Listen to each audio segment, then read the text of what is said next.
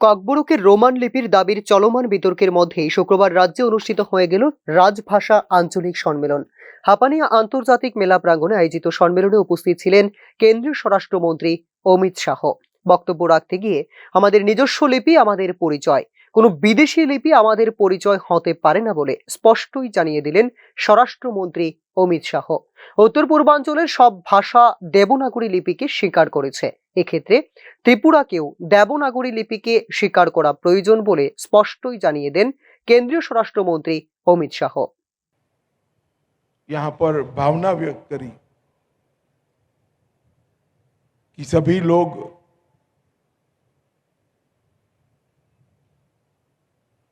नागरी लिपि को स्वीकार करें और नागरी लिपि में अपनी बोलियों को ढालने का प्रयास करें।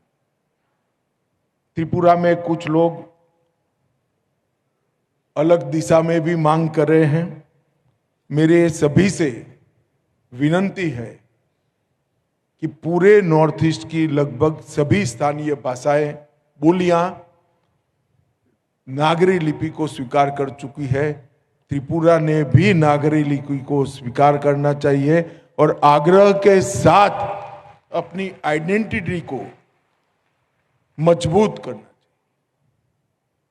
हम सभी नॉर्थ ईस्ट के जाति समूह आइडेंटिटी के लिए समर्पित है, अपनी पहचान के लिए समर्पित है। अपनी पहचान किसी विदेशी लिपि में कैसे हम संभाल कर रख सकते हैं?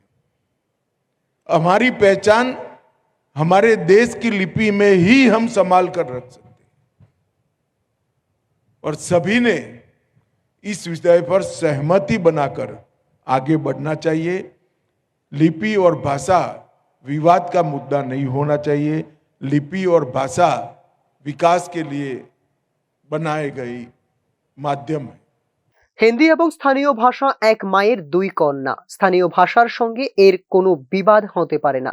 বিশ্বের বিকশিত দেশগুলির অনুসন্ধান সহ দৈনন্দিন কাজে নিজের ভাষাকে ব্যবহার করেই প্রতিষ্ঠিত হয়েছে বলেও এদিন উল্লেখ করেন কেন্দ্রীয় স্বরাষ্ট্রমন্ত্রী অমিত শাহ। बड़ी आंदोलन बनकर हमारे सामने हिंदी उभरी है।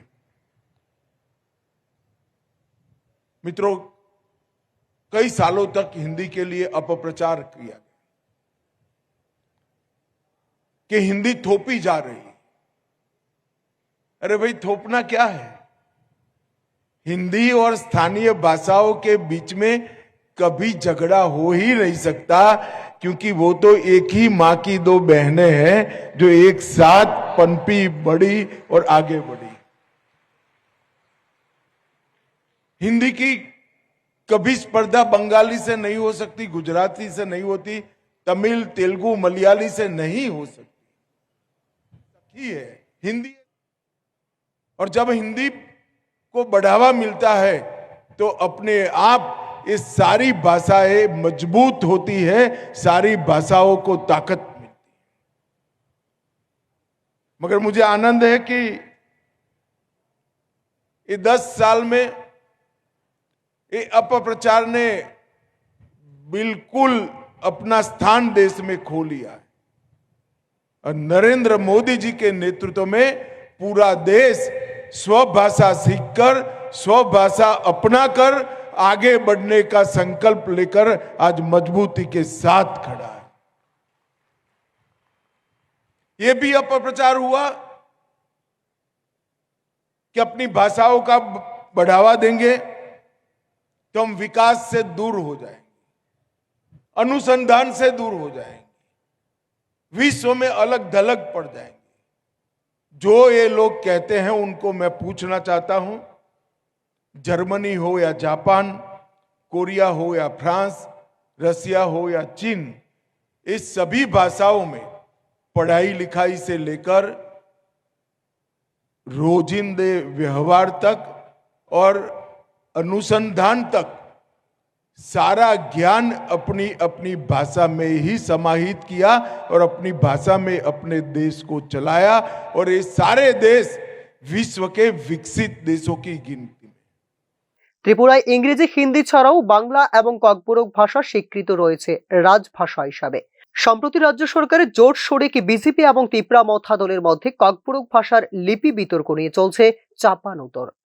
সংবিধানের অষ্টম তপশিলে ককবরক ভাষাকে অন্তর্ভুক্ত করতে গেলে রোমান কিংবা কোনো বিদেশি লিপি ব্যবহার করার সুযোগ নেই। এছাড়া রোমান লিপির বিষয় তুলে রাজ্যের উপজাতি যুবকদের বিভ্রান্ত করার চেষ্টা চলছে বলে শরিক তিপ্রা মথা দলের উপর অভিযোগ মুখ্যমন্ত্রী ডক্টর মানিক সাহার। এবার ককবরকের রোমান লিপির বিষয়টি নিয়ে কেন্দ্রীয় স্বরাষ্ট্রমন্ত্রীর এদিনের স্পষ্ট অবস্থান কার্যত নাকচই করে দিল তিপ্রা মথার দাবি। Bureau report, news now.